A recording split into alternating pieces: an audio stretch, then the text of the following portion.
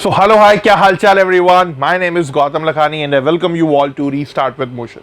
So बच्चों आज के इस क्लास में, आज के इस सेशन में हम लोग डिस्कस करने जा रहे हैं क्लास 10th ज्योग्राफी का एक बहुत ही मजेदार chapter, that is minerals and energy resources.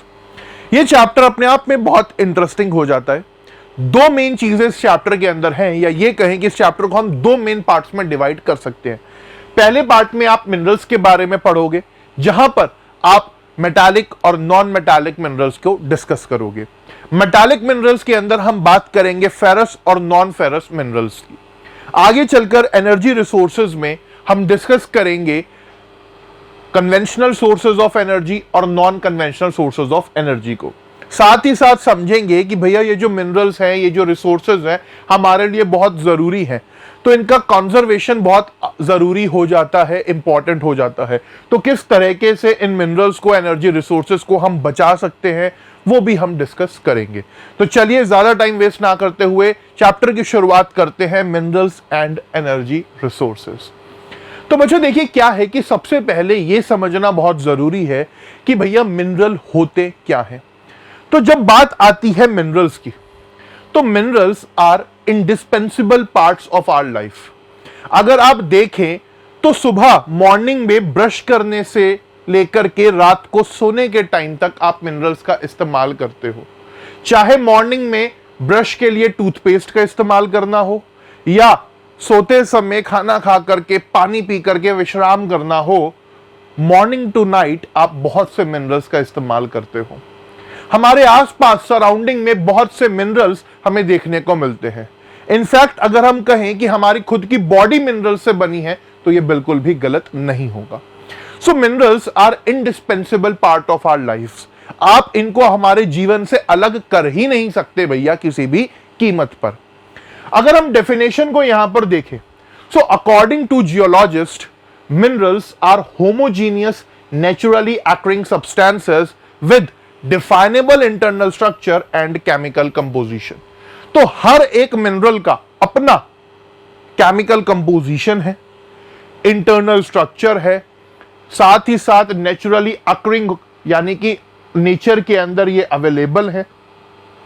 तो हर मिनरल अपने आप में बहुत खास और इंपॉर्टेंट हो जाता है। अगर देखें हम, तो हर मिनरल की अपनी अलग अलग प्रॉपर्टी है। चाहे हार्डनेस की आप बात करो, चाहे लशर चमक की आप बात करो, उसकी डेंसिटी की बात करो, तो हर मिनरल की अपनी अलग प्रॉपर्टी आपको देखने को मिलती है, जिनके बेसिस पर हम उनको डिफरेंशिएट भी कर पाते हैं।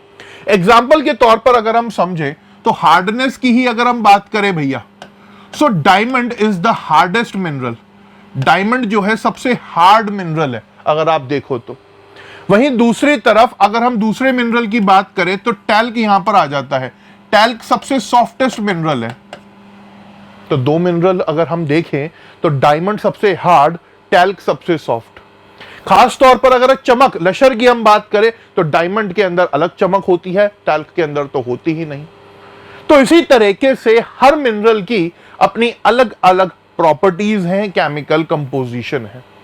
और जैसे कि हमने देखा कि that these minerals are naturally occurring, हमारे नेचर के अंदर अवेलेबल हैं। तो भैया ऐसे हवा में तो नहीं उड़ रहे कहीं पे कि वो देखो सोना उड़ रहा है, वो देखो चांदी उड़ रहा है, नहीं। ये मिनरल्स हमें माइन करने पड़ते हैं। They are in the earth crust. तो अर्थ के क्रस्ट के अंदर हमें ये देखने को मिलते हैं। और आप सब जानते हो कि जो अर्थ का क्रस्ट है, ये किससे बना होता है? ये रॉक्स से बना होता है। तो पत्थरों के अंदर, रॉक्स के अंदर हमें ये मिनरल्स देखने को मिलते हैं। ठीक है। अब देखिए क्या है कि जब हम मिनरल्स के क्लासिफिकेशन को समझें, देखें, तो हमें मेनली तीन तरह के मिनरल्स देखने को मिलते हैं। सबसे पहले अगर हम बात करें यहां पर, तो मेटालिक मिनरल्स आते हैं। मेटालिक मिनरल्स भी फर्दर डिवाइड हो जाते हैं तीन पार्ट्स के अंदर। सबसे पहले ferrous mineral, then non ferrous minerals, और फिर प्रीशियस मिनरल्स। अगर हम यहां पर बात करें फेरस मिनरल्स की, तो फेरस मिनरल्स वो मिनरल्स होते हैं जिनके अंदर आयरन कंटेंट होता है, या कहो आयरन की थोड़ी सी प्रॉपर्टीज होती हैं। जैसे आयरन ओर हो गया, मैंगनीज हो गया, निकल हो गया, कोबाल्ट हो गया, टंगस्टन हो गया, ये सब हमारे फेरस मिनरल्स हैं। नॉन फेरस मिनरल्स की अगर हम बात करें तो इनके अंदर आयरन की प्रॉपर्टीज नहीं होती, आयरन कंटेन नहीं होता। कॉपर, लेड, टीन, बॉक्साइट, ये सब किसके? नॉन फेरस मिनरल्स के एग्जांपल्स हैं। आगे चल करके प्रीशियस मिनरल्स की अगर हम बात करें तो आपका सोना, चांदी, प्लैटिनम, गोल्ड, सिल्वर, प्लैटिनम, ये सब आपके मेटालिक मिनरल्स के अंदर प्रीशियस मिनरल्स हो जाते हैं। इसके अलावा मेटालिक मिनरल्स अगर हम देखें, समझें, तो मेटालिक मिनरल्स जो हैं बहुत ही ज्यादा क्या होते हैं? हार्ड होते हैं, है ना? मेटल है ना भैया, ये सब धातु हैं। वहीं अगर हम सेकंड टाइप ऑफ मिनरल्स को देखें तो नॉन मेटालिक मिनरल्स आ जाते हैं। नॉन मेटालिक मिनरल्स में आपको mica, salt, potash, sulphur, granite, limestone, marble, sandstone, ये सब देखने को मिलते हैं नॉन मेटालिक मिनरल्स के अंदर। तीसरे तरीके के मिनरल्स आते हैं energy minerals, which are the source of energy for us. तो इसके अंदर आप कोल, पेट्रोलियम, नेचुरल गैस, इन सबको रख सकते हो। तो मिनरल्स को क्लासिफाई अगर हम करें तो सबसे पहले मेटालिक, जिसमें फेरस, नॉन फेरस और प्रीशियस मिनरल्स शामिल हैं। वहीं नॉन मेटालिक, जिसमें आपको माइका, सॉल्ट, पोटैश, ये सब मिनरल्स देखने को मिलते हैं। और लास्ट में आते हैं एनर्जी मिनरल्स, जिनसे हमें एनर्जी मिलती है। तो कोल, पेट्रोलियम, नेचुरल गैस, ये सब मिनरल्स शामिल हैं। अब देखो क्या है कि ये सब मिनरल्स आपको नेचर के अंदर मिल रहे हैं, एनवायरमेंट में हमारे अवेलेबल हैं। तो इन मिनरल्स का अक्रेंस भी अलग अलग तरीके से हुआ। यानी कि अगर हम इनके मिनरल्स के बनने की बात करें, मोड ऑफ अक्रेंस की बात करें, तो वो भी यहां पर बहुत इंटरेस्टिंग और इंपॉर्टेंट हो जाता है। तो अब हम बढ़ेंगे इस चैप्टर का important topic, that is mode of occurrence of minerals. और यहां से अक्सर लॉन्ग आंसर या शॉर्ट आंसर क्वेश्चन जो है बन जाता है। तो mode of occurrence of minerals को अगर हम देखें तो यह समझना बहुत जरूरी है कि जो मिनरल्स हैं they are usually found in ores. Minerals हमें कहां देखने को मिलते हैं? ओर्स के अंदर देखने को मिलते हैं। अब देखिए होता क्या है, एग्जाम्पल के तौर पर आप समझो। फॉर एग्जाम्पल ये हमारे पास क्या है? एक ओर है। ये हमारे पास क्या है? एक ओर है। हमने इस ओर की क्या करी? माइनिंग करी, है ना? माइन करके ये ओर हमने निकाला। अब इस ओर के अंदर क्या है बच्चा? इस ओर के अंदर हमारा मिनरल भी है और उस मिनरल्स के साथ कुछ इंप्योरिटीज भी हैं। कुछ क्या है? इंप्योरिटीज भी हैं, अदर एलिमेंट्स भी हैं। तो हम क्या करते हैं? रिफाइनिंग की प्रोसेस के थ्रू, या ये कहिए कि अलग अलग प्रोसेसेस के थ्रू इन ओर्स में से मिनरल्स को अलग करते हैं। तो यहां पर क्या करा जाता है? ओर के अंदर से इंप्योरिटीज को, जो अदर एलिमेंट्स हैं, इनको अलग करा जाता है और आगे चल करके मिनरल्स को अलग करा जाता है। तो मिनरल्स हमें कहां से मिल रहे हैं? ओर्स में से मिल रहे हैं। ठीक है। अब क्या हो जाता है कि जब बात आती है अक्रेंस की, तो देखो क्या है कि यही अक्रेंस जो है, क्वालिटी ऑफ ओर जो है, ये डिटरमाइन करता है कॉस्ट भी मिनरल की। अगर हम एग्जाम्पल के तौर पर समझें, फॉर एग्जाम्पल ये एक हमारे पास ओर है। अब इस ओर की हमने माइनिंग करी, ये बाहर निकाला भैया। अब क्या है कि इसके अंदर इंप्योरिटीज तो 90% है, वहीं जो मिनरल है वो 10% है। तो कॉस्ट ऑफ एक्सट्रैक्शन यहां पर ज्यादा हो जाएगी, क्योंकि मिनरल जो हमारे लिए इकोनॉमिकली इंपॉर्टेंट है वो कम निकल रहा है, इंप्योरिटीज ज्यादा निकल रही हैं। वहीं अगर उल्टा हो जाए कि भैया इंप्योरिटीज तो यहां पर मान करके चलो 40% है और मिनरल निकल रहा है 60%, तो ये हमारे लिए फायदे का सौदा है ना? तो मैथ्स है बेसिकली। तो कुल मिलाकर के अगर हम यहां पर बात करें तो इन मिनरल्स की माइनिंग करी जाती है, इनको निकाला जाता है, ओर्स को यहां पर हम माइन करते हैं, इंप्योरिटीज को अलग करते हैं, मिनरल्स को उसमें से अलग करते हैं, और ये पूरी प्रोसेस कहीं ना कहीं कॉस्ट ऑफ एक्सट्रैक्शन भी डिटरमाइन करता है पर्टिकुलर मिनरल की। अब देखो क्या हो जाता है कि ये जो मिनरल्स हैं ये हमें 5 अलग अलग तरीके से बनते हुए देखने को मिलते हैं। सबसे पहले अगर हम यहां पर बात करें मिनरल्स की, तो सबसे पहले मिनरल्स हमें बनते हुए देखने को मिलते हैं इग्नियस और मेटामॉर्फिक रॉक्स के अंदर। इग्नियस और मेटामॉर्फिक रॉक्स की अगर हम बात करें तो आप सब जानते हैं इग्नियस रॉक्स कैसे बने। जब वल्केनिक इरप्शंस हुए, लावा बाहर निकल करके अर्थ में से आया, तो विद द टाइम ये लावा सॉलिडिफाई होता चला गया, ठंडा होता चला गया, मजबूत होता चला गया, सॉलिड होता चला गया, और देखते ही देखते इग्नियस रॉक्स की इसने शेप ले ली। आगे चल करके फिर मेटामॉर्फिक रॉक्स हमें बनते हुए देखने को उसी से मिले। अब क्या होता है कि इग्नियस और मेटामॉर्फिक रॉक्स के अंदर जो मिनरल्स हैं वो क्रैक्स, क्रेवाइसेस और फॉल्ट्स और जॉइंट्स के अंदर पाए जाते हैं। अब खुद सोचो ना कि भैया जब वल्केनिक इरप्शन हुआ, अर्थ के अंदर से लावा निकल करके आया, तो उस लावे के साथ साथ अगर आप देखो तो लावा के अंदर हमें कुछ मिनरल्स भी अर्थ के अंदर से निकल के आते हुए देखने को मिले।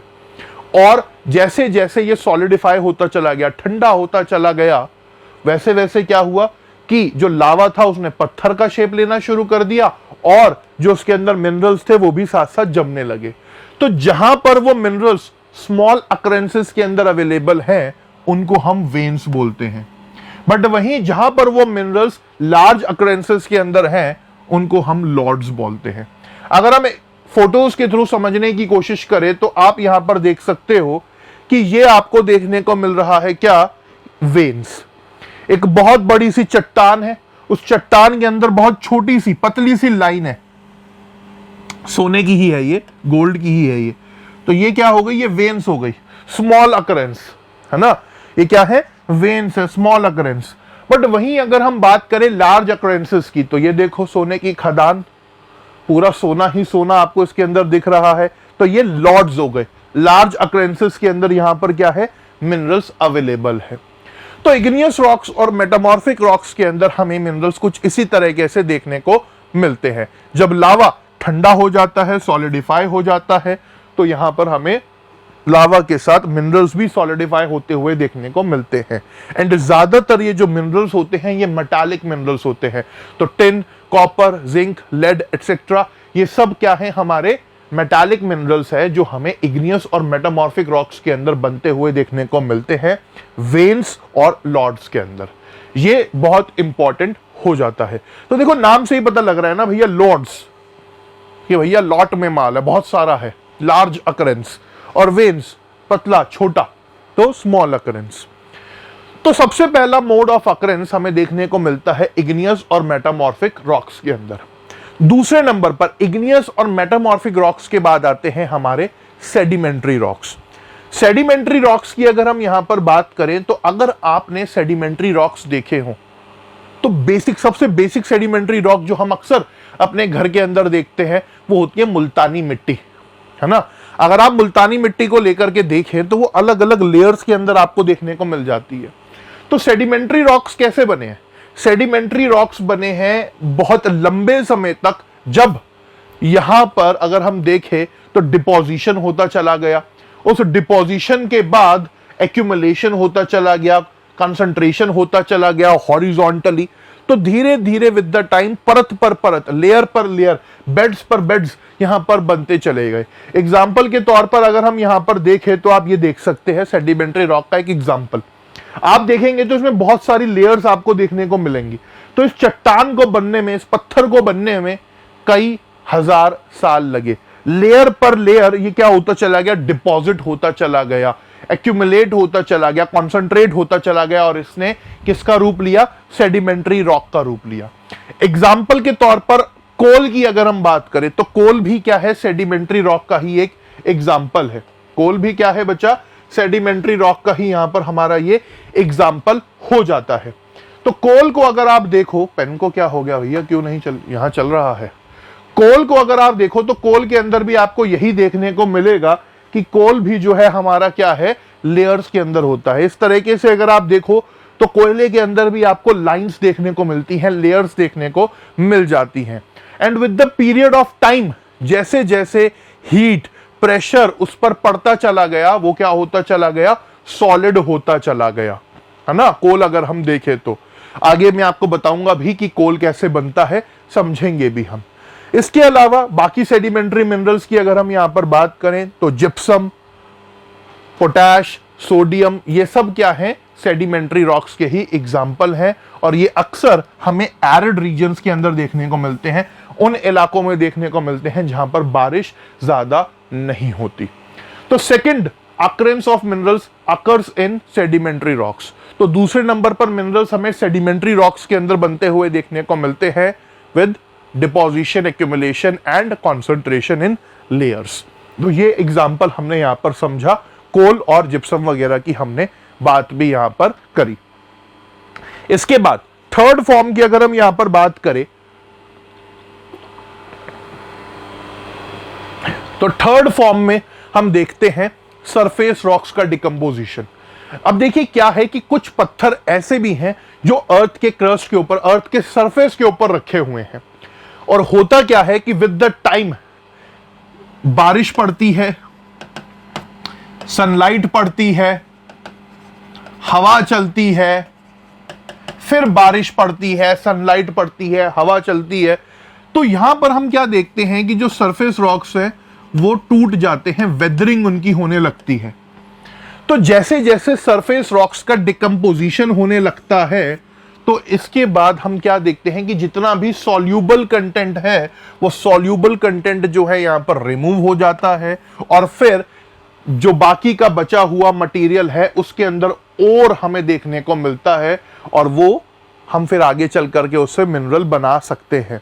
एग्जाम्पल के तौर पर बॉक्साइट का ही हम एग्जाम्पल लें तो आप देखो ये पहले एक बहुत बड़ा पत्थर हुआ करता होगा, धीरे धीरे रेन की वजह से, सनलाइट की वजह से, विंड की वजह से इसमें लगातार वेदरिंग होती रही, डिकम्पोजिशन होता रहा, तो जितना भी हिस्सा इसका ऐसा था जो रिमूव हो सकता था, जो सॉल्यूबल था, वो रिमूव हो गया, मतलब वो हवा के साथ, रेन के साथ वॉश्ड अवे होता गया, और जो बचा हमारे पास वो क्या बचा, वो ओर बचा। अब इस ओर के अंदर क्या है, मिनरल भी है और इंप्योरिटीज भी है। तो हम क्या करेंगे कि इंप्योरिटीज को हटा करके मिनरल्स इसमें से निकाल लेंगे। एग्जाम्पल के तौर पर बॉक्साइट की अगर हम बात करें तो बॉक्साइट इसी तरीके से बनता है। बॉक्साइट हम देखते हैं कि सरफेस रॉक्स का डिकम्पोजिशन होता है, वेदरिंग होता है, और बॉक्साइट से फिर हम क्या करते हैं, ore. Bauxite is basically an ore. Bauxite क्या है, एक तरीके का ओर है। तो इस बॉक्साइट से क्या होता है कि इस बॉक्साइट से हम इंप्योरिटीज को अलग करते हैं, और बॉक्साइट से जो मिनरल निकल करके आता है दैट मिनरल इज एल्यूमिनियम। तो एल्यूमिनियम हमें कहां से देखने को मिलता है, बॉक्साइट से देखने को मिलता है। क्लियर? कोई डाउट हो तो कमेंट्स में अपने आप डाउट मेरे से पूछ सकते हो। तो third occurrence is decomposition of surface rocks. तो जब सरफेस रॉक्स का डिकम्पोजिशन हो जाता है, ओर्स बच जाते हैं, इन ओर्स में से इंप्योरिटीज को दूर करके मिनरल्स को एक्सट्रैक्ट कर लिया जाता है। एग्जाम्पल के तौर पर बॉक्साइट जो एल्यूमिनियम का ओर है। Fourth form of occurrence occurs in the alluvial deposits. अब देखिए क्या है कि जो नदियां हैं वो अपने साथ क्या कर रही हैं, एलुवियल डिपॉजिट्स लेकर के आ रही हैं।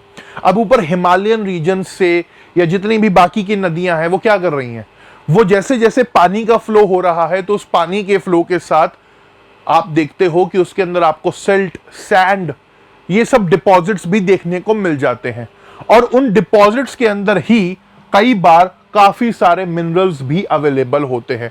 अक्सर क्या होता है कि मान करके चलो कि ये पहाड़ है भैया, है ना, ये क्या है, ये पहाड़ है।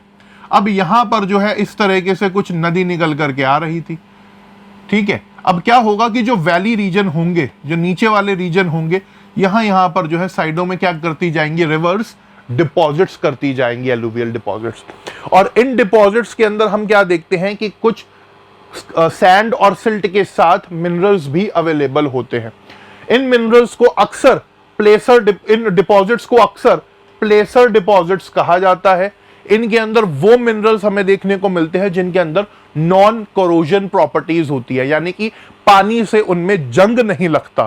तो अक्सर हम देखते हैं कि गोल्ड, सिल्वर, टिन, प्लैटिनम, ये कुछ इंपॉर्टेंट मिनरल्स हमें एलुवियल डिपॉजिट्स या इन प्लेसर डिपॉजिट्स के अंदर ही देखने को मिलते हैं, और इस तरीके से क्या कर लिया जाता है, इनको पानी से अलग भी कर लिया जाता है, या ये कहे कि एलुवियल डिपॉजिट से इनको अलग कर लिया जाता है। तो देखो, अगर आप लोगों ने एक जो नेशनल ज्योग्राफिक चैनल है या टीवी हिस्ट्री 18 चैनल है, इन चैनल्स के ऊपर ना एक प्रोग्राम आता है जिसका नाम है गोल्ड रश। क्या नाम है, गोल्ड रश नाम होता है, मैं तो बड़ा देखता था। तो यहां पर ये लोग क्या करते थे कि कुछ माइनर्स होते थे और ये माइनर्स क्या करते थे, अलास्का वाले रीजन के अंदर जाते थे और अलास्का के रीजन के अंदर जाकर के वहां पर जो नदियां वगैरह बह रही हैं वहां पर ये माइनिंग करते थे। इस तरीके से अपना पूरा सेटअप लगाते थे और जितने भी एलुवियल डिपॉजिट्स हैं उनको कलेक्ट करते थे और उनमें से अक्सर मिनरल्स निकालते थे। तो ज्यादातर ये क्या करते थे, गोल्ड की तलाश में, सोने की तलाश में ये लोग जाते थे। तो अगर ये गोल्ड रश कभी आप देखो तो यूट्यूब भी कर लेना, मिल जाएगा एक आधा एपिसोड तो आपको इसका, उस पर आपको देखोगे तो समझ आ जाएगा कि कैसे एलुवियल डिपॉजिट्स के अंदर जो जितने भी सैंड और सिल्ट होता है उनके अंदर हमें अक्सर ये मिनरल्स देखने को मिलते हैं। सबसे खास प्रॉपर्टी इनकी क्या है, that they are not corroded by water, पानी से इनमें जंग नहीं लगता। तो gold, silver, tin, platinum are the examples of that. इसके बाद जो fifth form of occurrence of minerals है वो हमें देखने को मिलती है ओशन बेड्स के अंदर। तो देखिए क्या है कि ओशंस की जब हम बात करते हैं तो आप सब जानते हो कि भैया ओशंस में पानी के नीचे क्या है, एक बेड है ना। जिस तरीके से हम लैंड पर चलते हैं उसी तरीके से पानी के नीचे भी क्या है, एक सरफेस बना हुआ है जिसे हम ओशन बेड कहते हैं। उस ओशन बेड के अंदर भी बहुत से मिनरल्स आपको देखने को मिल जाते हैं। तो जितने भी आपके सॉल्ट हो गया हो, मैग्नीशियम हो गया हो, ब्रोमीन हो गया हो, ये हमें ज्यादातर ओशन वाटर से ही देखने को मिलते हैं। सॉल्ट के बारे में तो आप सब जानते हो कि नमक जो है वो हमें कहां से मिलता है, ओशन वाटर से ही देखने को मिलता है। तो जब हम बात करते हैं ओशन बेड्स की बच्चा, तो समुद्र के नीचे भी बहुत से मिनरल्स अवेलेबल है। खास तौर पर मैंगनीज की हम बात करें तो मैंगनीज तो बहुत बड़े तादाद में, अमाउंट में आपको ओशन बेड्स के अंदर देखने को मिलेगा। इसके अलावा ब्रोमीन और मैग्नीशियम भी यहां पर क्या है, बहुत इंपॉर्टेंट हो जाते हैं। बट प्रॉब्लम क्या है, प्रॉब्लम यहां पर यह है कि भैया इनकी इकोनॉमिक सिग्निफिकेंस ज्यादा नहीं है, क्योंकि उन मिनरल्स को माइन करने की कॉस्ट इतनी ज्यादा हो जाती है कि ये इकोनॉमिकली वायबल नहीं है, हमारे लिए फायदे का सौदा नहीं है, घाटे का सौदा हो जाता है। क्योंकि ये पूरा का पूरा इसके अंदर फाइंड आउट करना कि भैया मिनरल्स कहां पर हैं, फिर उनको माइन करना, बाहर निकालना, इसमें क्या लगता है भैया, बहुत सा पैसा लगता है।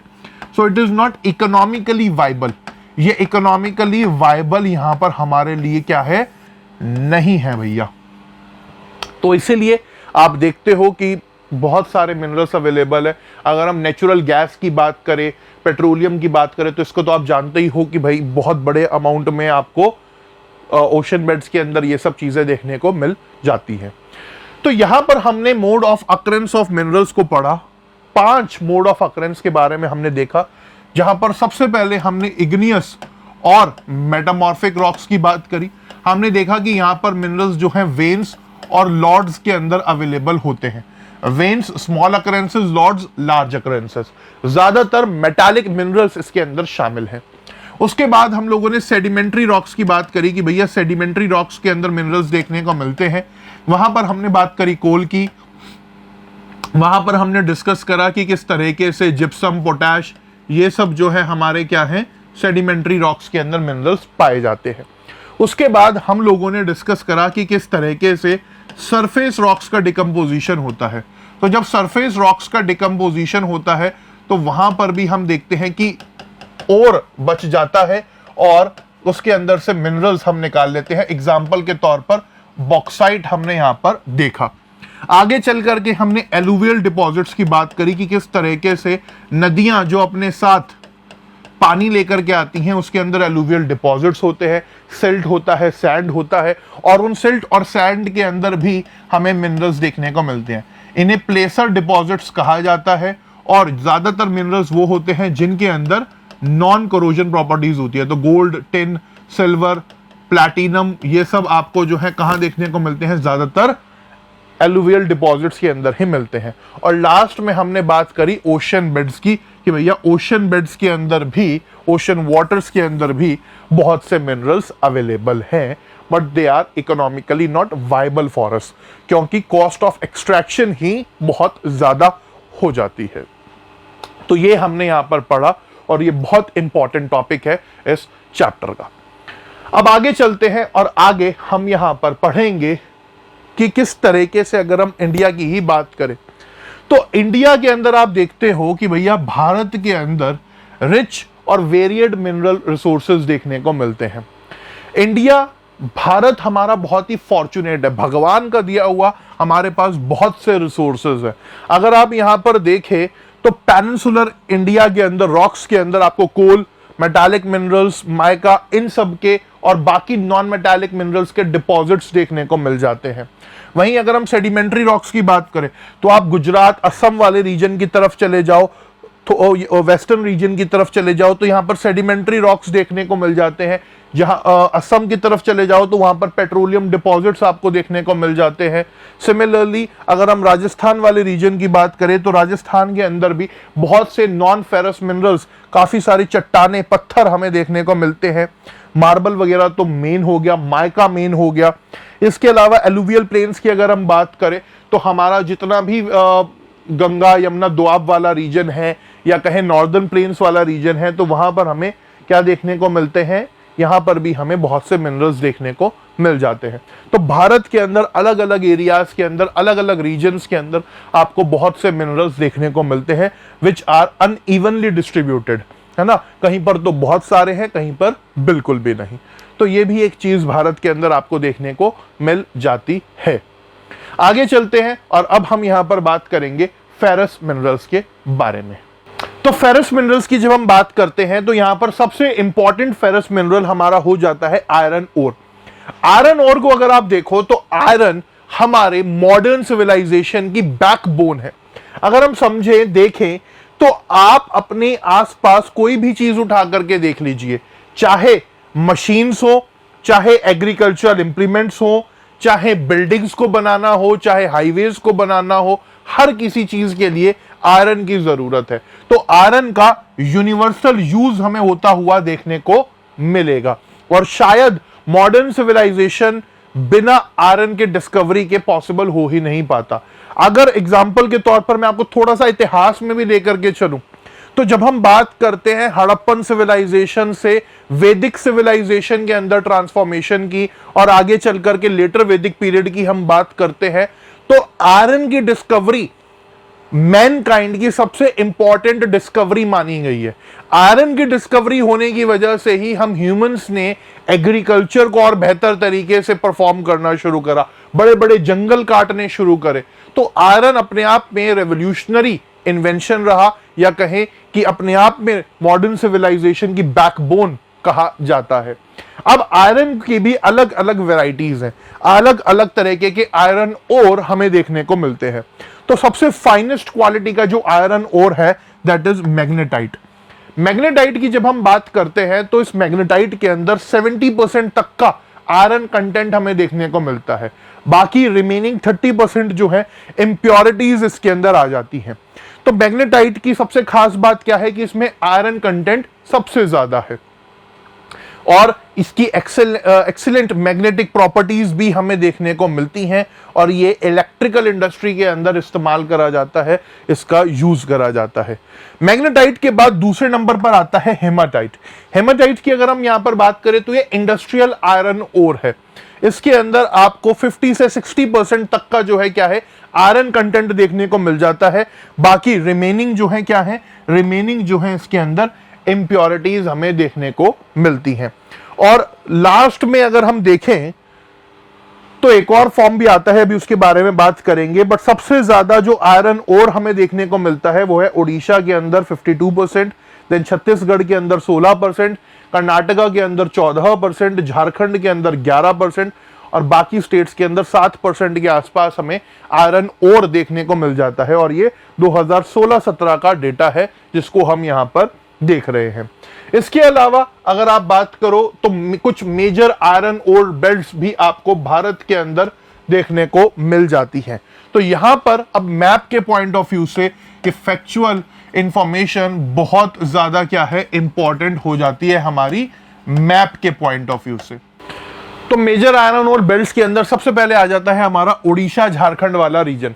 तो ओडिशा झारखंड वाले रीजन के अंदर हमें ओडिशा के अंदर बदमपहर माइंस मयूरभंज डिस्ट्रिक्ट के अंदर देखने को मिलती हैं, क्योंझर डिस्ट्रिक्ट के अंदर देखने को मिलती हैं, साथ ही साथ झारखंड वाले रीजन के अंदर गुआ और नौमुंडी वाला जो रीजन है वहां पर हमें सिंहभूम डिस्ट्रिक्ट के अंदर कुछ माइंस देखने को मिलती हैं।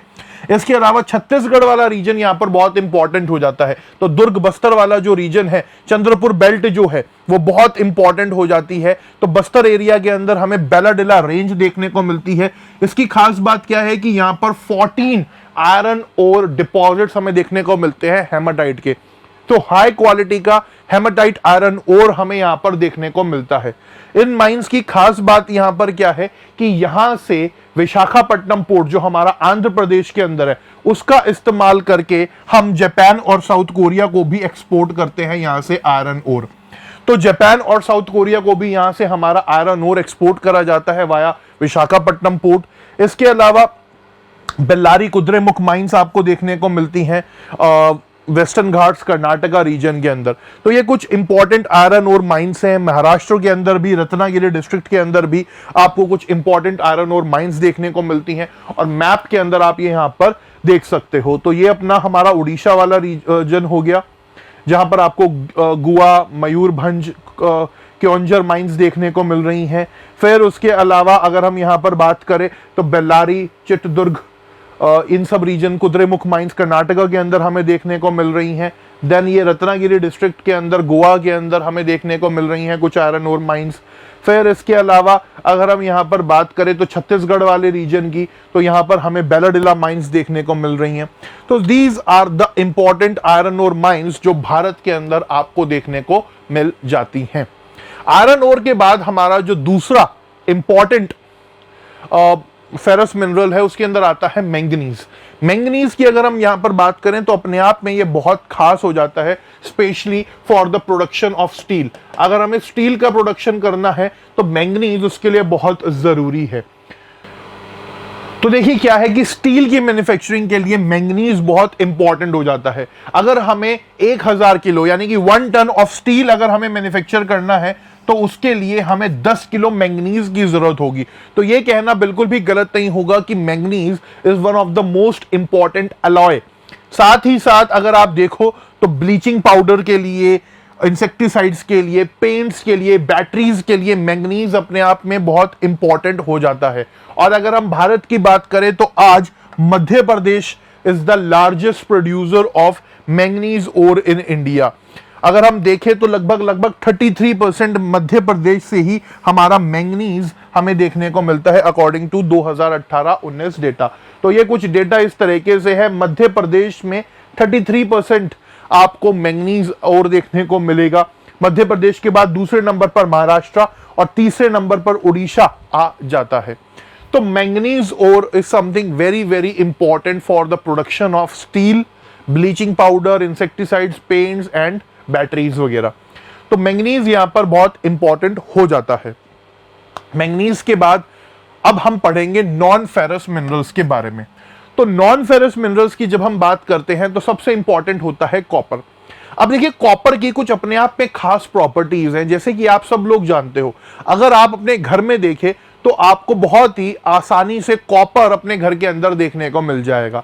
चाहे इलेक्ट्रिक वायर्स की हम बात करें या यूटेंसिल्स की अगर हम बात करें तो कॉपर हमें अक्सर अपने घरों के अंदर देखने को मिलता है। कॉपर को अगर आप देखो तो इंडिया के अंदर कॉपर थोड़ा कम पाया जाता है और क्रिटिकली डेफिशिएंट भारत के अंदर जो है कॉपर हमें देखने को मिलता है। बट इसकी खास बात क्या है कि it is very malleable, ductile. तो ये बहुत ही मेलिएबल है, बहुत ही डक्टाइल है। डक्टाइल का मतलब क्या कि आप इसमें से आराम से पतली पतली वायर्स निकाल सकते हो। मेलिएबल का मतलब क्या कि आप इसको, मतलब ये थोड़ा सा क्या है, सॉफ्ट होता है, तो कोई भी शेप आराम से दे सकते हो। तो it is shapeable you can say. तो आप देखते हैं कि चाहे यूटेंसिल्स बनाने हो, पानी का गिलास हो, थाली हो, कढ़ाई हो या वायर्स बनानी हो, तो यहां पर कॉपर का बहुत ज्यादा इस्तेमाल करा जाता है। इसके अलावा it is also a good conductor of heat and electricity. तो हम देखते हैं कि बहुत से इलेक्ट्रिकल केबल्स इससे बनाए जाते हैं, जैसे कि मैंने आपको बताया इलेक्ट्रॉनिक्स के अंदर, केमिकल इंडस्ट्रीज के अंदर कॉपर का बहुत बड़े लेवल पर इस्तेमाल करा जाता है। कॉपर हमें मेनली मध्य प्रदेश, राजस्थान, झारखंड, कर्नाटका और आंध्र प्रदेश रीजन के अंदर देखने को मिलता है। मध्य प्रदेश की जो बालाघाट माइंस है राजस्थान की जो खेतरी माइंस है और झारखंड की जो सिंहभूम डिस्ट्रिक्ट है, यहां पर हमें क्या देखने को मिलता है, कॉपर देखने को मिलता है। कॉपर के बाद आता है बॉक्साइट। बॉक्साइट को लेकर के हम ऑलरेडी डिस्कस कर चुके हैं कि bauxite is an ore for aluminium. अगर आपको एल्यूमिनियम बनाना है तो वो कहां से आएगा, एल्यूमिनियम हमारा बनेगा भैया बॉक्साइट से ही। तो बॉक्साइट से हम क्या करेंगे, इंप्योरिटीज को रिमूव करेंगे और फिर हमें एल्यूमिनियम बनता हुआ देखने को मिलेगा। तो ये बॉक्साइट है, इससे जैसे जैसे इंप्योरिटीज दूर होंगी तो ये देखो बीच बीच में आपको ये एल्यूमिनियम देखने को मिल रहा है, बाकी सब क्या है, ये इंप्योरिटीज है। तो इंप्योरिटीज को निकाल करके हम यहां पर क्या करेंगे भैया, हम एल्यूमिनियम बनाएंगे। अब एल्यूमिनियम की अपनी ही कुछ खास बात है। एल्यूमिनियम जो है बहुत ही लाइट मेटल है। अगर हमें एरोप्लेन्स बनाने हो, आप देखें कि most of the aeroplanes are made of aluminium only, क्योंकि इसकी स्ट्रेंथ बहुत ज्यादा होती है, बट वहीं दूसरी तरफ ये बहुत ही लाइट होता है, हल्का होता है वेट में। साथ में यूटेंसिल्स बनाने के लिए, बर्तन वगैरह बनाने के लिए, हाउस होल्ड आइटम्स बनाने के लिए एल्यूमिनियम का इस्तेमाल करा जाता है। इसके अलावा एल्यूमिनियम जो है, जैसे कि मैंने आपको बताया कि अगर आप इसको स्ट्रेंथ के मामलों में देखें तो आयरन जैसा ही स्ट्रेंथ इसका देखने को मिलता है, बट इसकी खास बात क्या है कि वेट के मामले में ये आयरन से काफी ज्यादा लाइट है। साथ ही साथ it is also a good conductor of heat and electricity और बहुत ही ज्यादा मेलिएबल भी है। तो कॉपर के बाद अगर आप देखें तो काफी ज्यादा इलेक्ट्रिकल वायर्स हो गई हों, यूटेंसिल्स हो गए हों, ये सब एल्यूमिनियम से ही बनते हुए हमें देखने को मिलते हैं।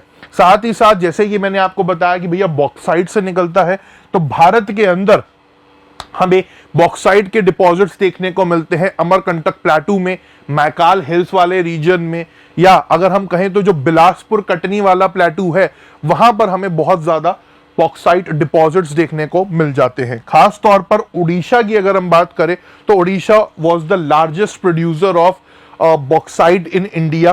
पंचपटमली डिपॉजिट्स जो हैं कोरापुट डिस्ट्रिक्ट के अंदर, वो उड़ीसा के अंदर बहुत ही फेमस बॉक्साइट डिपॉजिट्स है।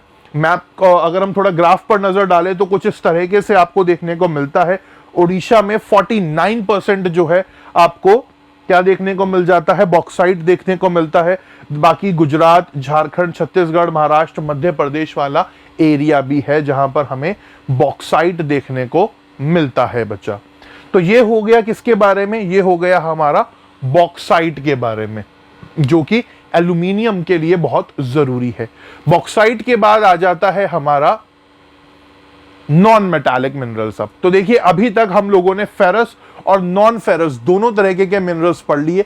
फेरस मिनरल्स में हमने आयरन ओर और मैंगनीज को पढ़ा, फिर नॉन फेरस मिनरल्स में हमने कॉपर और एल्यूमिनियम को डिस्कस करा। अब नॉन मेटालिक मिनरल्स को अब हम यहां पर देखेंगे। नॉन मेटालिक मिनरल्स में सबसे इंपॉर्टेंट हो जाता है भैया माइका। माइका की जब हम बात करते हैं तो ये आपको बहुत ही इंपॉर्टेंट मिनरल के तौर पर देखने को मिलता है। प्लेट्स के अंदर आपको ये देखने को मिल जाता है और इसको हम क्या करते हैं, थिन शीट्स इसकी हम बना सकते हैं। तो माइका से बहुत ही पतली पतली शीट्स बनाई जाती हैं। माइका की खास बात क्या है कि इसके अंदर बहुत ही एक्सीलेंट डाई इलेक्ट्रिक स्ट्रेंथ हमें देखने को मिलती है। इंसुलेटिंग प्रॉपर्टीज हमें माइका के अंदर देखने को मिल जाती हैं and most importantly it is very resistance to high voltage. तो अगर आप देखें तो हमारे घर के अंदर अक्सर जो फ्यूज या स्विचेस वगैरह बने होते हैं उसमें माइका का इस्तेमाल हमें होता हुआ देखने को मिलता है।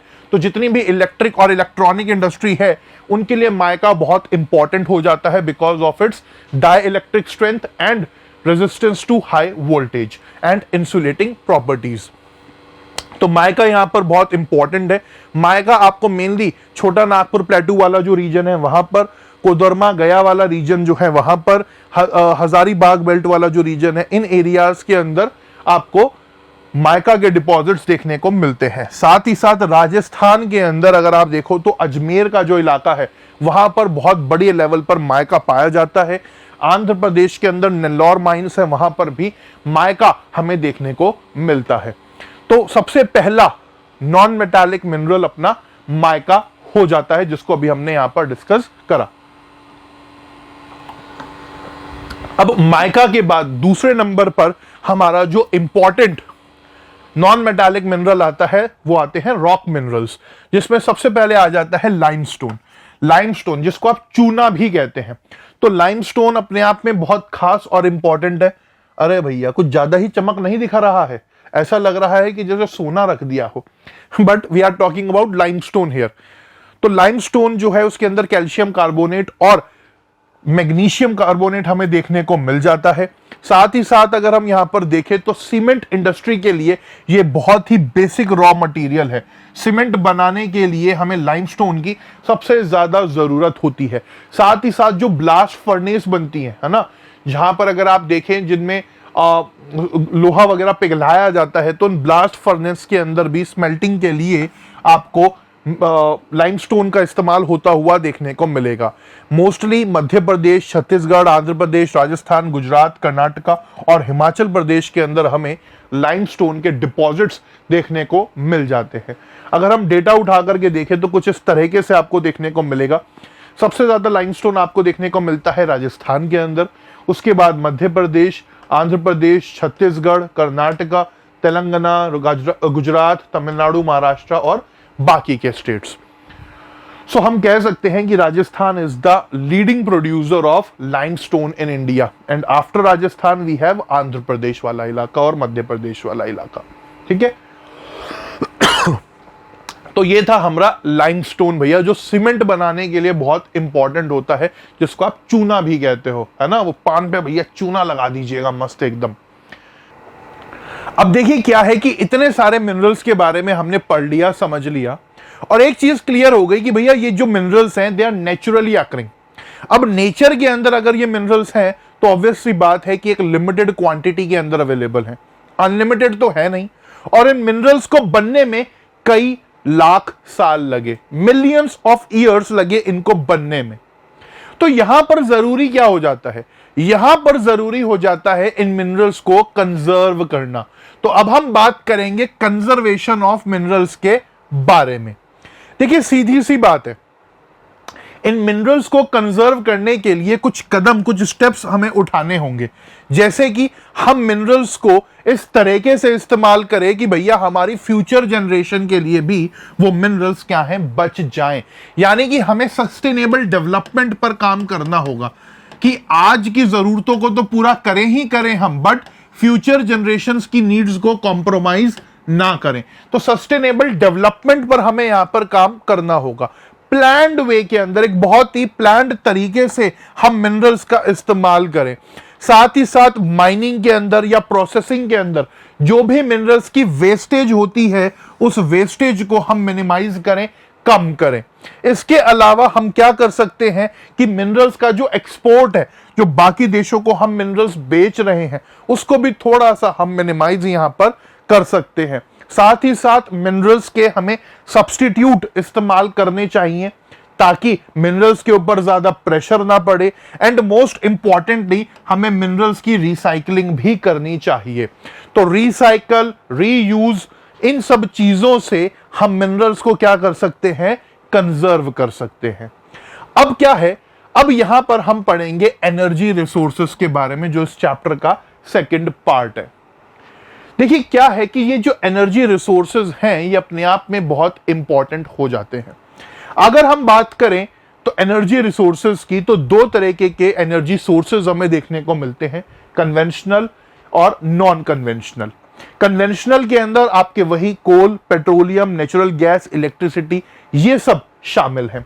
और नॉन कन्वेंशनल की जब हम बात करते हैं तो नॉन कन्वेंशनल के अंदर solar energy, wind energy, tidal energy, biogas energy, geothermal energy शामिल है। तो कन्वेंशनल सोर्सेस को हम नॉन रिन्यूएबल भी कह सकते हैं। क्या कह सकते हैं, नॉन रिन्यूएबल भी कह सकते हैं। और non conventional sources of energy को हम रिन्यूएबल सोर्सेज ऑफ एनर्जी भी कह सकते हैं। तो रिन्यूएबल और non renewable resources of energy को हम यहां पर अब पढ़ेंगे।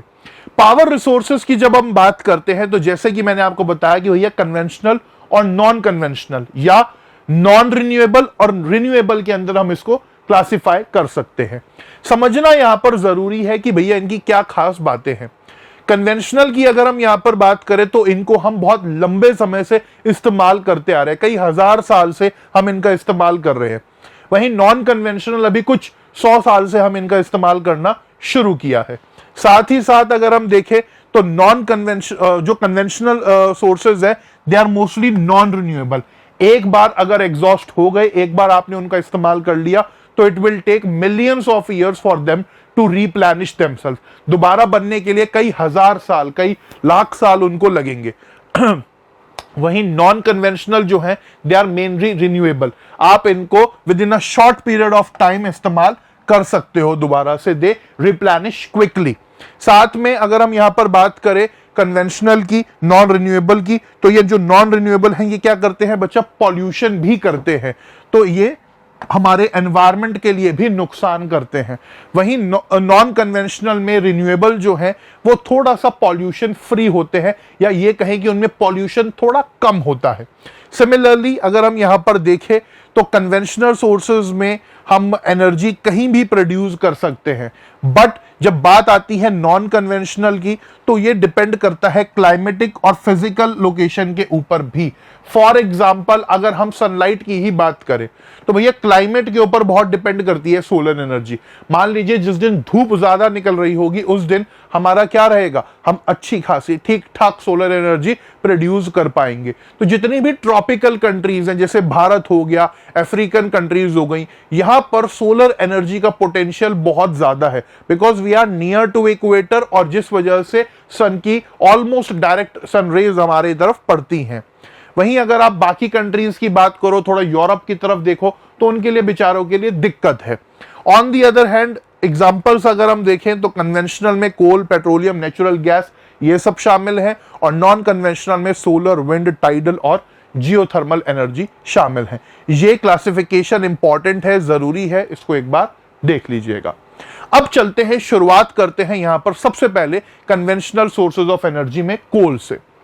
कोल की जब हम बात करते हैं तो कोयले का इस्तेमाल बहुत लंबे समय से हम लोग करते आ रहे हैं एनर्जी के लिए।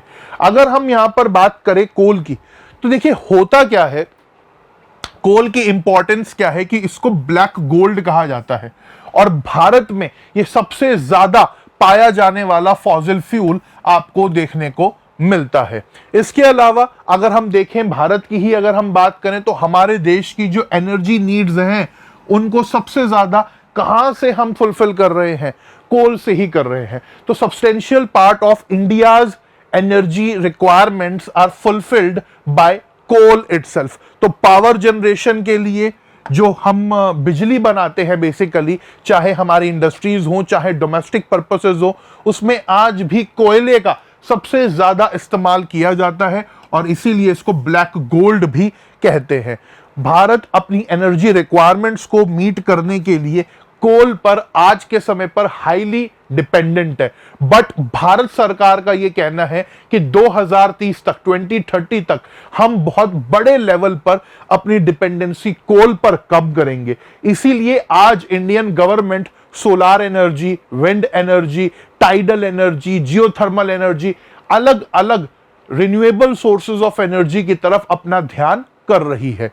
साथ में अगर हम यहां पर कोल की ही बात करें तो जैसे कि हम लोगों ने देखा कि भैया जो कोल है वो अलग अलग एरियाज के अंदर पाया जाता है। तो अगर हम कोल के प्रोसेस की बात करें कि कोयला बनता कैसे है, तो देखो बहुत सिंपल सी बात है। होता क्या है कि जितने भी डिकेइंग प्लांट्स वगैरह या जो भी हमारे वेस्ट होता है, डिकेइंग प्लांट्स हो गए या जो एनिमल्स वगैरह हो गए, वो सब क्या है, वो पीट प्रोड्यूस करते हैं।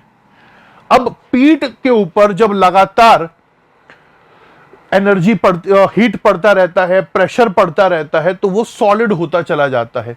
जो पीट इस टाइम पर है इसके अंदर आपको low carbon content, high moisture और लो हीटिंग कैपेसिटी देखने को मिलती है। But with the continuous pressure and heat of the earth it changes itself. Lignite जो है वो बेसिकली सबसे घटिया लोअर ग्रेड का आपको कोल देखने को मिलता है। ये बहुत ही सॉफ्ट होता है, मॉइस्चर कंटेंट इसके अंदर ज्यादा होता है। भारत के अंदर तमिलनाडु नेवेली के अंदर आपको बहुत ज्यादा इसके रिजर्व्स देखने को मिलते हैं और इसका इस्तेमाल इलेक्ट्रिसिटी जनरेशन के लिए करा जाता है। जब लिग्नाइट के ऊपर और हीट और अर्थ का प्रेशर बढ़ता है तो ये बनता है बिट्यूमिनस। बिट्यूमिनस की अगर हम यहां पर बात करें तो ये थोड़ा सा हार्ड होता है कंपेयर टू लिग्नाइट, ये थोड़ा सा डार्क होता है कंपेयर टू लिग्नाइट, मॉइस्चर इसके अंदर कम होता है, हीटिंग कैपेसिटी इसकी थोड़ी सी ज्यादा होती है और कमर्शियल यूज के लिए इंडस्ट्रीज वगैरह में इसका इस्तेमाल बहुत ज्यादा करा जाता है। फिर बिट्यूमिनस के ऊपर अगर और अर्थ का हीट प्रेशर पड़े तो ये बदलता है और बनता है anthracite, which is the highest quality of coal. Best quality of coal आपको एंथ्रासाइट देखने को मिलता है। अगर हम मैप पर नजर डालें तो आप यहां पर देख सकते हैं, इस मैप के अंदर आपको कुछ एरियाज देखने को मिलेंगे जहां पर आपको कोल वगैरह देखने को मिलता है। तो बोकारो, रानीगंज, झरिया, ये वाला जो रीजन है, सिंगारेनी, नेवेली, ये इन एरियाज के अंदर आपको कोल माइंस वगैरह जो है यहां पर देखने को मिल जाती हैं। इसके अलावा अगर हम थोड़ा सा नॉर्थ ईस्ट की तरफ भी चलें तो नॉर्थ ईस्ट के अंदर भी आपको कुछ कोल माइंस देखने को मिलती हैं असम वाले एरियाज के अंदर। अगर मैं आपको थोड़ा सा इसका समझाऊं बनने का तरीका, तो इस तरीके से कुछ कोल जो है भैया हमारा क्या है बनता है। कोल की अगर हम बात करें तो शुरुआत हो रही है पीट से, ठीक है। जितने भी हमारे प्लांट्स एनिमल्स डिके हुए वो चेंज हुए, कन्वर्ट हुए पीट के अंदर। अब ये जो पीट है इसकी डेंसिटी क्या है, कम है कंपैरेटिवली, ये ब्रिटल है थोड़ा सा। साथ ही साथ ये जो यहां पर है ये भी ब्राउन है कलर के अंदर और इसके अंदर जो है हीट जो है वो बहुत लो है, हीटिंग कैपेसिटी इसकी बहुत लो है। मॉइस्चर जो है इसके अंदर भैया बहुत ही अभी ज्यादा है। फिर लगातार अर्थ की हीट प्रेशर इस पर पड़ा तो बीट जो है वो चेंज हुआ लिग्नाइट के अंदर। लिग्नाइट का इस्तेमाल करा जाता है इलेक्ट्रिसिटी जनरेशन के अंदर और भारत के अंदर नेवेली में ये पाए जाते हैं, तमिलनाडु के अंदर, ठीक है। फिर लिग्नाइट के ऊपर और प्रेशर पड़ा तो ये सब बिटुमिनस बना, सब बिटुमिनस के ऊपर और प्रेशर पड़ा तो ये बिटुमिनस बना। बिटुमिनस का इस्तेमाल कमर्शियल पर्पसेस के लिए करा जाता है, तो जितनी भी हमारी इंडस्ट्रीज हैं वहां पर जो है इसका इस्तेमाल करा जाता है कमर्शियल पर्पसेस के लिए।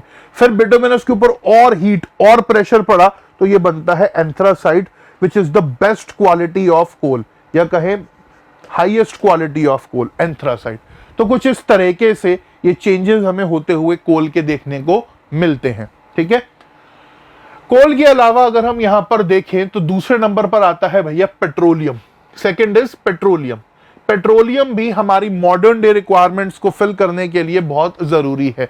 तो आप सब जानते हैं कि चाहे ट्रांसपोर्ट की बात हो या अदर चीजों में हम देखें तो पेट्रोलियम का बहुत ज्यादा इस्तेमाल करा जाता है फॉर हीटिंग एंड लाइटिंग। इसके अलावा पेट्रोलियम से हम ल्यूब्रिकेंट्स वगैरह भी बनाते हैं जो मशीनरी के लिए या कहें रॉ मटेरियल मैन्युफैक्चरिंग इंडस्ट्रीज के लिए एक बहुत इंपॉर्टेंट है। पेट्रोलियम रिफाइनरीज जो हैं बच्चा वो नोडल इंडस्ट्री कही जाती हैं। ऐसा क्यों? क्योंकि अगर हम देखें तो पेट्रोलियम से बहुत सारे बाय प्रोडक्ट्स हमें बनते हुए देखने को मिलते हैं। तो चाहे हम सिंथेटिक टेक्सटाइल की बात करें, फर्टिलाइजर की बात करें, बहुत से केमिकल इंडस्ट्रीज की बात करें, they are highly dependent on petroleum refineries. क्योंकि जब क्रूड ऑयल को रिफाइन करा जाता है तो उससे बहुत सारे बाय प्रोडक्ट्स हमें यहां पर बनते हुए देखने को मिलते हैं। पेट्रोलियम हमें अक्सर उन एरियाज के अंदर देखने को मिलता है जहां पर पोरस और नॉन पोरस रॉक्स शामिल होते हैं। पेट्रोलियम के बेसिकली ऊपर हमें जो है गैस भी देखने को मिलती है। जो नेचुरल गैस है वो थोड़ी सी लाइट होती है। तो जहां पर पेट्रोलियम होता है जिन एरियाज में, वहां पर पेट्रोलियम रिजर्व से ऊपर आपको कई जगहों पर नेचुरल गैस भी देखने को मिलती है। तो भारत के अंदर हमारा जो मुंबई हाई, गुजरात, असम वाला रीजन है वहां पर आपको पेट्रोलियम प्रोडक्शन होता हुआ देखने को मिलेगा। और अगर मैं आपको थोड़ा सा समझाने की कोशिश करूं तो गुजरात के अंदर अंकलेश्वर ऑयल फील्ड्स, असम के अंदर डिगबॉय, नाहरकटिया, ये इंपॉर्टेंट एरियाज है जहां पर हमें ऑयल पेट्रोलियम इंडिया के अंदर देखने को मिलता है। पेट्रोलियम के बाद आ जाती है नेचुरल गैस। नेचुरल गैस की भी अगर हम यहां पर बात करें तो इसका इस्तेमाल भी बहुत बड़े लेवल पर करा जाता है इलेक्ट्रिसिटी प्रोड्यूस करने के लिए। अगर मैं आपको थोड़ा सा जियोपॉलिटिकली समझाने की कोशिश करूं तो आज अगर आप देखें तो रशिया यूक्रेन का जो इशू चल रहा है, यूरोप जो उसमें परेशान है, वो क्यों परेशान है? वो इसीलिए परेशान है क्योंकि यूरोप जो है वो बहुत बड़े लेवल पर डिपेंड करता है रशिया के ऊपर नेचुरल गैस के लिए। यूरोप रशिया से नेचुरल गैस खरीदता है, उससे फिर वो इलेक्ट्रिसिटी बनाता है और बाकी अलग अलग पर्पसेस के लिए नेचुरल गैस का इस्तेमाल करता है। अमेरिका को ये चीज पसंद नहीं है, तो ये जियोपॉलिटिकली भी हम देखते हैं कि ये रिसोर्सेज बहुत इंपॉर्टेंट रोल प्ले करते हैं। नेचुरल गैस की जब हम बात करते हैं तो ये मेन सोर्स ऑफ एनर्जी है इंडस्ट्रीज के लिए, खास तौर पर पेट्रोकेमिकल इंडस्ट्रीज की ही अगर हम बात करें तो भारत के अंदर जो कृष्णा गोदावरी वाला रीजन है, साथ में मुंबई हाई वाला जो रीजन है, गल्फ ऑफ कैम्बे वाला जो रीजन है, वहां पर हमें जो है क्या देखने को मिलती है? नेचुरल गैस देखने को मिलती है। अंडमान निकोबार आइलैंड्स के आसपास भी कुछ इलाकों में नेचुरल गैस आपको देखने को मिल जाती है।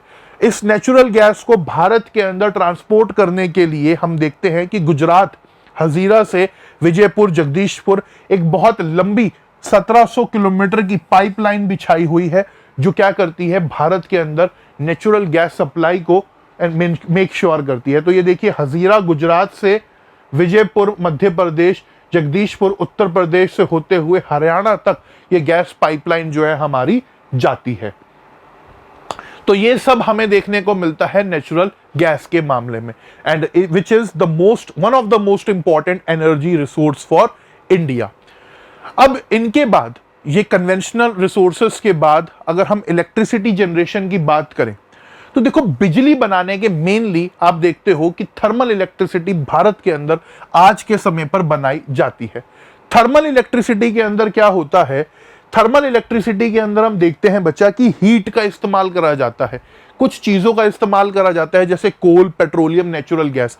कोल, पेट्रोलियम और नेचुरल गैस से हीट जनरेट करी जाती है और फिर पानी को बॉयल करा जाता है और जो स्टीम निकलती है उस स्टीम से क्या होता है? इलेक्ट्रिसिटी प्रोड्यूस होती है। तो आज भारत के अंदर लगभग 65% जो एनर्जी रिक्वायरमेंट्स हैं वो थर्मल इलेक्ट्रिसिटी से ही होती हैं। यानी कि आज हम कोल, पेट्रोलियम और नेचुरल गैस पर डायरेक्टली और इनडायरेक्टली डिपेंडेंट है इलेक्ट्रिसिटी जनरेशन के लिए।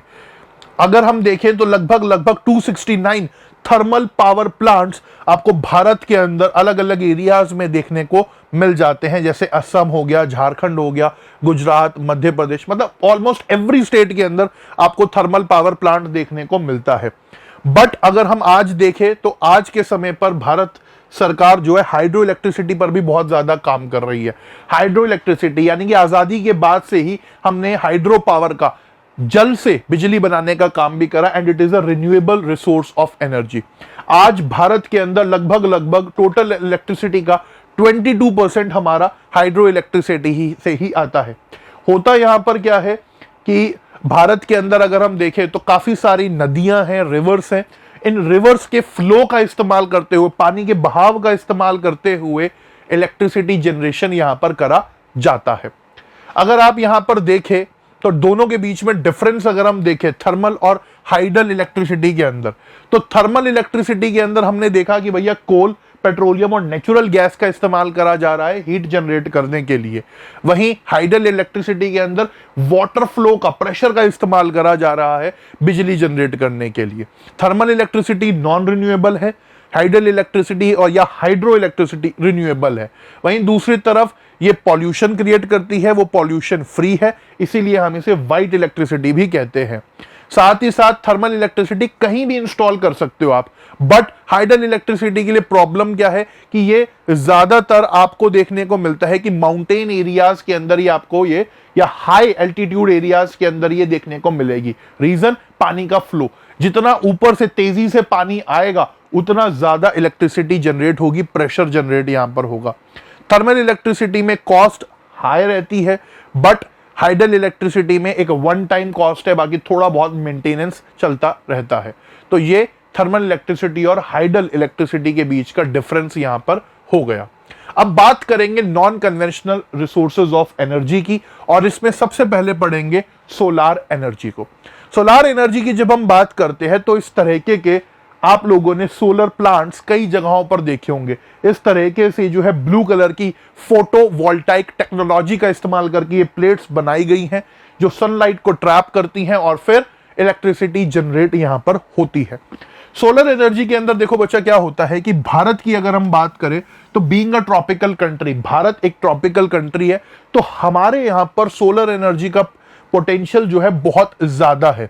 आज के समय पर अगर हम हिसाब लगा करके देखें तो 20 मेगावाट पर square kilometre Bharat solar energy हर साल जनरेट कर सकता है। और सोलर एनर्जी का इस्तेमाल हम cooking, pumping, heating, refrigeration, street lighting, किसी भी चीज में आप सोलर एनर्जी का इस्तेमाल कर सकते हो। अगर आप थार डेजर्ट की ही बात करो तो भारत के अंदर थार डेजर्ट को हम बिगेस्ट सोलर पावर हाउस भी बना सकते हैं। बट भारत के अंदर हमें राजस्थान के भादला में सबसे बड़ा सोलर पावर प्लांट देखने को मिलता है। ये भादला के अंदर जो सोलर पावर प्लांट है ये सिर्फ भारत का ही नहीं वर्ल्ड का सबसे बड़ा सोलर पावर प्लांट है। तो भादला सोलर पावर प्लांट की अगर हम बात करें, सोलर प्लांट की अगर हम बात करें तो ये राजस्थान के अंदर है। कहां है? राजस्थान के अंदर। और ये वर्ल्ड का, ना सिर्फ भारत का, वर्ल्ड का लार्जेस्ट सोलर प्लांट है ये। तो ये आपको पता होना चाहिए। ये डेटा आपकी बुक के अंदर नहीं है बट यहां पर मैंने आपको बताया है। तो भादला सोलर प्लांट यहां पर क्या है, हमारे लिए बहुत इंपॉर्टेंट हो जाता है। बाकी सोलर एनर्जी के लिए दो चीजें और भी जरूरी है जानना आपके लिए कि सोलर एनर्जी के अंदर जो टेक्नोलॉजी का इस्तेमाल करा जाता है उसे बोलते हैं फोटोवोल्टाइक टेक्नोलॉजी। तो फोटोवोल्टाइक टेक्नोलॉजी का इस्तेमाल करके इलेक्ट्रिसिटी जनरेट करी जाती है, यानी कि इन सोलर प्लेट्स के अंदर फोटोवोल्टाइक टेक्नोलॉजी होती है जो इलेक्ट्रिसिटी प्रोड्यूस करती है सनलाइट को ट्रैप करके। ठीक है, सोलर एनर्जी के बाद आगे अगर हम देखें तो इसके बाद आती है हमारी न्यूक्लियर इलेक्ट्रिसिटी। न्यूक्लियर इलेक्ट्रिसिटी की जब हम यहां पर बात करते हैं तो आज भारत के अंदर कई सारे न्यूक्लियर पावर प्लांट्स हैं। यहां पर हम क्या देखते हैं कि इन प्लांट्स के अंदर हमें न्यूक्लियर फिजन होता हुआ देखने को मिलता है। क्या देखने को मिलता है? न्यूक्लियर फिजन, जहां पर एटम्स जो हैं वो ब्रेक होते हैं और इन एटम्स के ब्रेक होने से जो एनर्जी प्रोड्यूस होती है उससे हम हीट जनरेट करते हैं। तो यहां पर अगर हम न्यूक्लियर इलेक्ट्रिसिटी की बात करें तो दो मेन एलिमेंट्स का इस्तेमाल करा जाता है या मिनरल्स का इस्तेमाल करा जाता है जो कि हैं यूरेनियम और थोरियम। तो यूरेनियम और थोरियम का इस्तेमाल करके न्यूक्लियर पावर प्लांट्स के अंदर इलेक्ट्रिसिटी जनरेट करी जाती है। झारखंड, राजस्थान, केरला के अंदर हमें यूरेनियम और थोरियम के रिजर्व्स देखने को मिलते हैं। खास तौर पर अगर हम भारत की बात करें तो 6 मेन न्यूक्लियर पावर स्टेशंस जो आपके सिलेबस में भी हैं उनको अभी मैं एक बार आपको मैप पे दिखाऊंगा। बट मोस्ट इंपॉर्टेंटली यहां पर अगर हम एक डेटा देखें तो भारत के अंदर अगर आप देखें तो थोरियम के बहुत ज्यादा डिपॉजिट्स पाए गए हैं और थोरियम अपने आप में बहुत इंपॉर्टेंट होता है न्यूक्लियर एनर्जी के लिए। केरला की मोनोजाइट सैंड्स की अगर हम बात करें तो केरला की मोनोजाइट सैंड्स के अंदर थोरियम काफी बड़े लेवल के अंदर अवेलेबल है।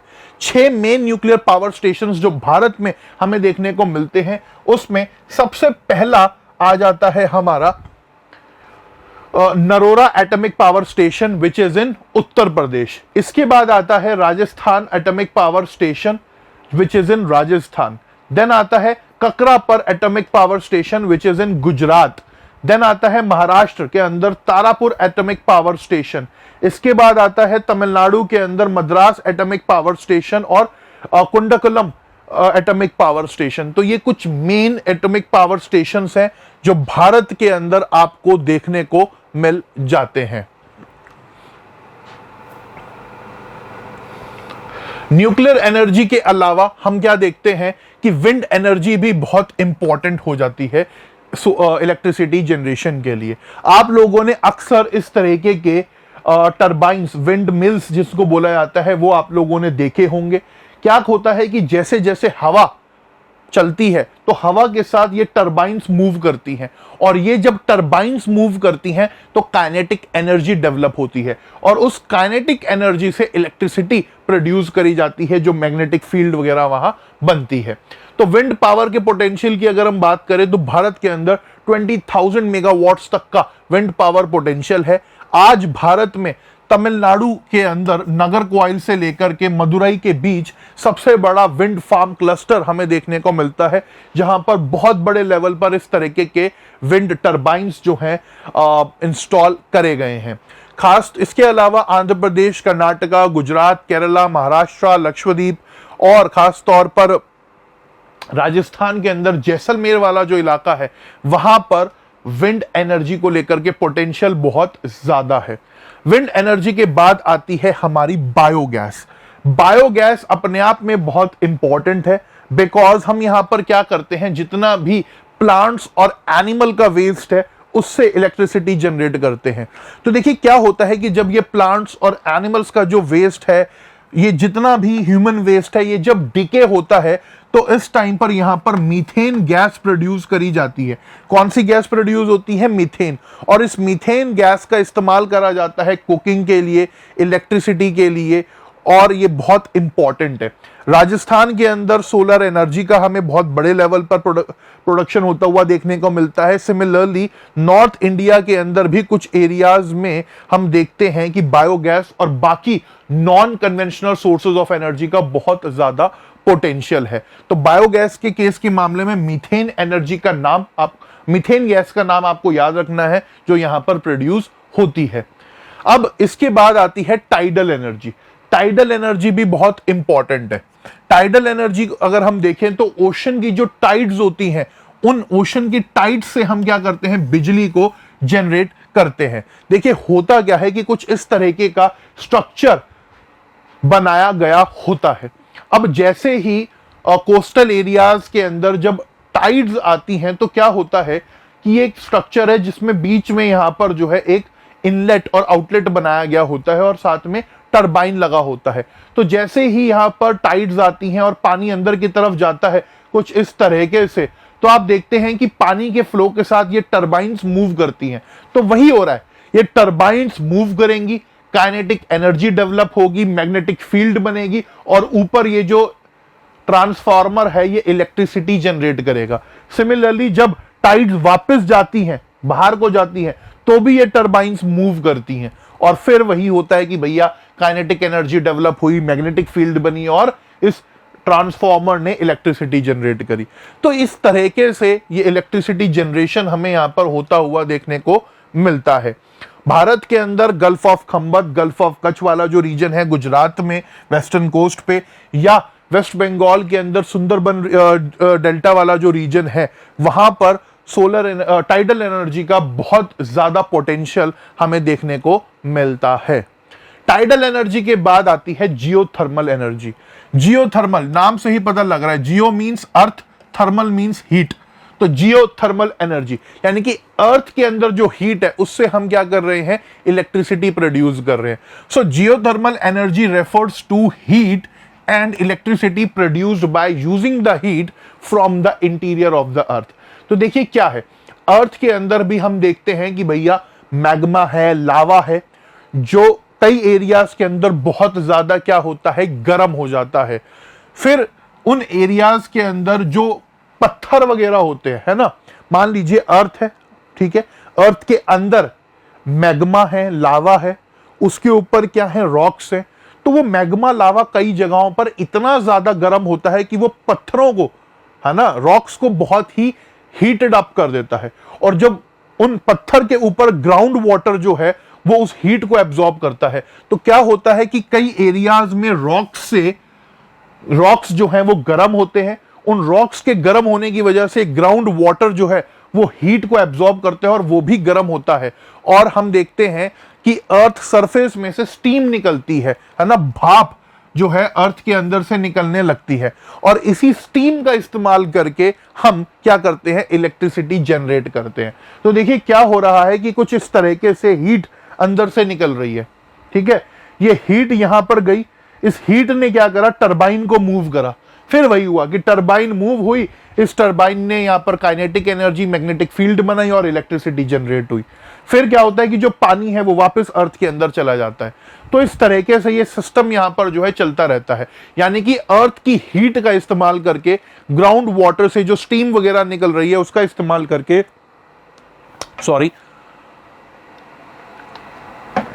हम इलेक्ट्रिसिटी प्रोड्यूस कर रहे हैं।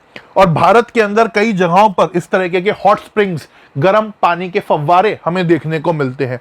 खास तौर पर अगर हम बात करें दो एरियाज की, तो हिमाचल प्रदेश के मणिकरण के अंदर पार्वती वैली हो गई हो या लद्दाख के अंदर पूगा वैली हो गई हो, यहां पर आपको जियोथर्मल एनर्जी का ठीक ठाक सेटअप देखने को मिल जाता है। तो यह था जियोथर्मल एनर्जी के बारे में, जिसको अभी हमने यहां पर पढ़ा। ओके, तो कुल मिलाकर के देखो हो क्या रहा है, चाहे आप बात करें हाइड्रो इलेक्ट्रिसिटी की, चाहे आप बात करें टाइडल एनर्जी की या विंड एनर्जी की हम बात करें या जियोथर्मल एनर्जी की बात करें, इन सब एरियाज के अंदर अलग अलग चीजों का इस्तेमाल करके टरबाइंस को रोटेट कराया जा रहा है। और जैसे जैसे ये टरबाइन जितनी स्पीड से रोटेट करेंगे उतनी ज्यादा काइनेटिक एनर्जी बनेगी, मैग्नेटिक फील्ड बनेगी और उससे इलेक्ट्रिसिटी प्रोड्यूस होगी। ओके, तो ये सब चीजें हमें यहां पर होती हुई देखने को मिलती हैं। तो ये था non conventional resources of energy के बारे में, जिसको अभी हमने यहां पर पढ़ा। तो अभी तक के चैप्टर की अगर हम यहां पर बात करें बच्चा, तो एनर्जी रिसोर्सेज के अंदर, किसमें, एनर्जी रिसोर्सेज के अंदर हम लोगों ने कन्वेंशनल और नॉन कन्वेंशनल रिसोर्सेज के बारे में पढ़ा। कन्वेंशनल में कोल, पेट्रोलियम और नेचुरल गैस शामिल था। वहीं दूसरी तरफ जब हम बात करते हैं नॉन कन्वेंशनल की, तो नॉन कन्वेंशनल के अंदर आप लोगों ने देखा कि भैया यहां पर solar energy, hydro power energy, मतलब या हाइड्रो इलेक्ट्रिसिटी आप कह सकते हो, या इसके अलावा wind energy, nuclear energy. Nuclear energy के अलावा आपको यहां पर देखने को मिलती है टाइडल एनर्जी, बायोगैस, या लास्ट में आ जाता है अपना जियोथर्मल एनर्जी। तो ये सब हम लोगों ने यहां पर जो है बच्चा अभी पढ़े। ओके, अब देखिए क्या है कि इन सब एनर्जी रिसोर्सेस को कंजर्व करना हमारे लिए क्या हो जाता है, बहुत ही ज्यादा इंपॉर्टेंट हो जाता है। अरे भैया निकल आओ बाहर, पेन भाई साहब। तो देखिए क्या है कि जितने भी ये एनर्जी रिसोर्सेज है, इनको कंजर्व करना हमारे लिए बहुत ज्यादा क्या है, इंपॉर्टेंट है। बिकॉज एनर्जी की जब हम बात करते हैं तो energy is something very very important for economic development of the nation. अगर आप सच में चाहते हो कि भारत तरक्की करे तो भैया एनर्जी रिक्वायरमेंट हमारे लिए बहुत जरूरी होगी। इलेक्ट्रिसिटी का इस्तेमाल हर चीज के अंदर हमें करना है, तो एग्रीकल्चर हो या इंडस्ट्री हो, ट्रांसपोर्ट हो या कमर्शियल या डोमेस्टिक पर्पसेस हो, हर तरफ आपको एनर्जी की रिक्वायरमेंट है। तो यहां पर हम क्या देखते हैं कि देश के इकोनॉमिक डेवलपमेंट के लिए एनर्जी अपने आप में जरूरी है। और आजादी के बाद से ही, इंडिपेंडेंस के बाद से ही लगातार भारत के अंदर एनर्जी का रिक्वायरमेंट बढ़ता जा रहा है। जैसे जैसे हम डेवलपमेंट कर रहे हैं, तरक्की कर रहे हैं, उतना ज्यादा क्या है, हमें एनर्जी की रिक्वायरमेंट है। तो जरूरी क्या है कि पूरे देश के अंदर energy requirements with the time steadily increase हो रहे हैं। तो जरूरी है कि हम एक सस्टेनेबल मैनर में बहुत ही सोच विचार करके एनर्जी डेवलपमेंट करें, इनका इस्तेमाल करें, एनर्जी रिसोर्सेस को कंजर्व करें। क्योंकि यह समझना बहुत जरूरी है कि जब तक हम लोग जुडिशियस, बहुत सोच समझ के एनर्जी रिसोर्सेस का इस्तेमाल नहीं करेंगे, तब तक काम नहीं चलेगा। तो एज अ कंसर्न्ड सिटीजन हमें भारत के लोगों को क्या करना चाहिए, हमें ज्यादा से ज्यादा पब्लिक ट्रांसपोर्ट का इस्तेमाल करना चाहिए इंडिविजुअल व्हीकल्स के अलावा।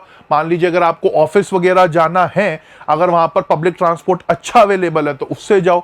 अगर जा रहे हो अपनी गाड़ी से तो अपने साथ 2-4 लोगों को ले जाओ, है ना। उससे क्या है, आपका भी फायदा, 2 पैसे बच जाएंगे और तेल वगैरह भी कम लगेगा। या इलेक्ट्रिसिटी स्विच ऑफ कर दे, हम पावर सेविंग डिवाइसेस का इस्तेमाल करें। तो ज्यादा से ज्यादा non conventional sources of energy का इस्तेमाल करें। तो इन सब चीजों का इस्तेमाल करके हम एनर्जी रिसोर्सेज को क्या कर सकते हैं, जुडिशियली कंजर्व कर सकते हैं। बिकॉज किसी ने बहुत सही कहा है, energy saved is energy produced. अगर एनर्जी आप सेव कर रहे हो तो इसका मतलब क्या है कि आप इनडायरेक्टली एनर्जी प्रोड्यूस कर रहे हो। तो कभी भी भैया कमरे से बाहर निकलो तो एसी बंद, लाइट्स ऑफ जरूरी है। ओके, तो चलिए, ये था हमारा session minerals and energy resources. इस चैप्टर का जो मैप वर्क है वो आज हमने कुछ डिस्कस करा। इसके अलावा एक सेपरेट सेशन मैं आप लोगों का लूंगा जिसमें हम पूरा का पूरा मैप वर्क आपका डिस्कस करेंगे। तो चलिए आज के सेशन को, आज के इस क्लास को यहीं पर एंड करते हैं। So that's all for the day. Thank you so much everyone. Gautam Lakhani signing off. जय हिंद, जय Bharat. Thank you so much everybody.